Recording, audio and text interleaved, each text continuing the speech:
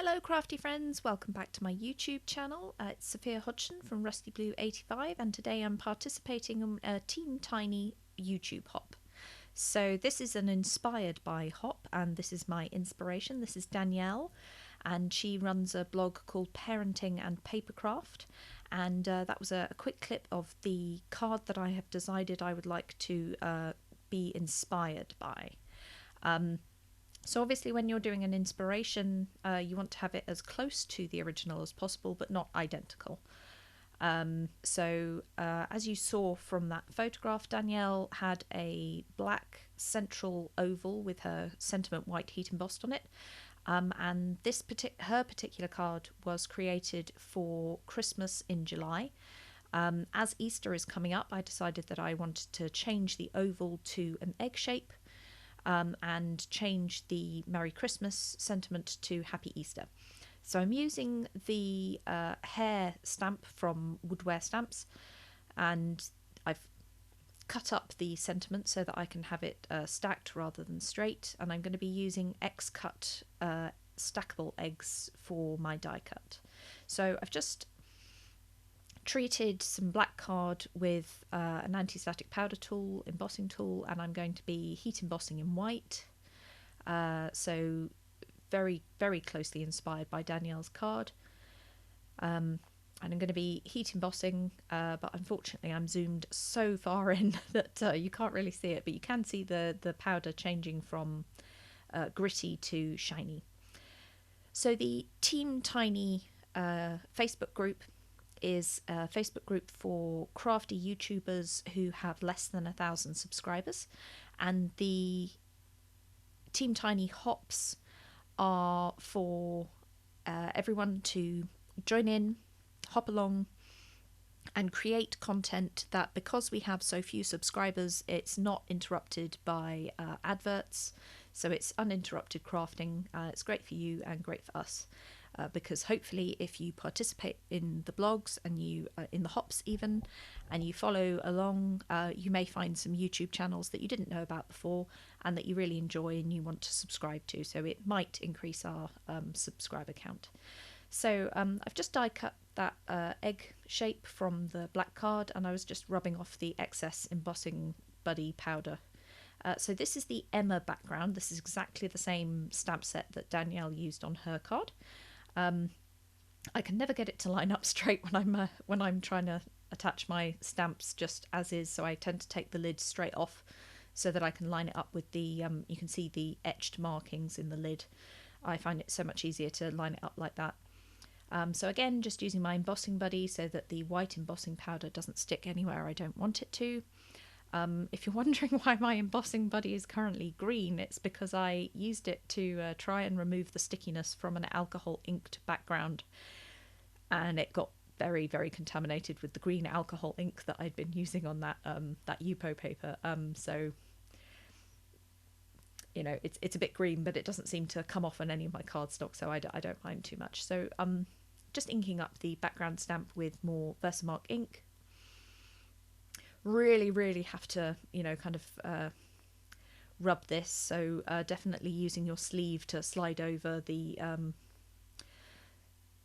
stamp to apply lots of pressure is a great idea. If you have one of those amazing tools that applies pressure, that would be even better. I don't have one of those, unfortunately. So just applying white embossing powder. Annoyingly, white embossing powder on white cardstock, kind of difficult to see. As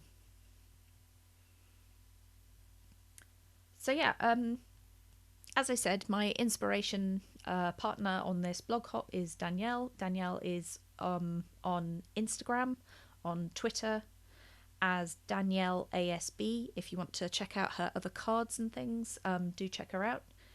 And as I said, I don't know if I did say, her blog is called Parenting and Papercraft, where motherhood and card making intersect. And it's a really, really nice blog. If you haven't been on her blog, do check out her blog as well. So the original card that Danielle made, she used 4 different distress inks, and she was using blending brushes like the makeup brushes with the lovely soft bristles. I'm using blending foams because I wanted to get quite a lot of colour down quite quickly, and I do find that when I'm using blender brushes, it just takes that little bit longer to get really, really saturated colour. So the 4 colours that Danielle used were Black Soot, Wilted Violet, Seedless Preserves, and Milled Lavender. So I've changed it up a little bit because I don't actually own Milled Lavender, so I've used Black Soot, Wilted Violet, Seedless Preserves, and Victorian Velvet. And as you can see, as I apply the ink, suddenly the white heat embossing comes to the fore and you can really see it. So once you ink over it, you can really see the beautiful design. I love this stamp set from Simon Says Stamp. It's quite an old one, but it's so pretty and you can use it for anything really. I think it was, I want to say it was brought out for a Valentine's release, but I can't really remember. So anyway, I've got brand new domed foam tools and I'm loving them. And I really want to swap all of my foam tools over to the domed ones because they're great. But I think that's going to have to be a slow process. So my fingers are really, really inky, so I'm just trying to get rid of the excess ink on my fingers so I don't get fingerprints everywhere. And I'm just using a microfiber cloth to get rid of any excess ink that's sitting on top of the white heat embossing. So I have let this ink completely dry. This is the next morning, just to make absolutely sure that everything's dry, because I'm going to be die cutting an A2 stitched rectangle from My Favourite Things, just to get an A2 card front. And when I stick, or when anyone tries to stick like sellotape over the top just to hold the die in place, if the ink is still wet it won't stick and it may move in your die cutting machine. So just make sure that all of your ink blending is definitely dry before you die cut. So just applying some foam to the back of this panel to lift it up from the card base. So that's an A2 card base, American A2, which is 5.5 by 4.25. So Danielle used some beautiful metallic stretchy thread on her card, making a kind of thread nest. I don't have any metallic purple, but I do have this purple twine, which is from a very, very, very, very old indigo blue kit that came with some buttons and some twine and all sorts of other exciting things. So use your stash, use what you have.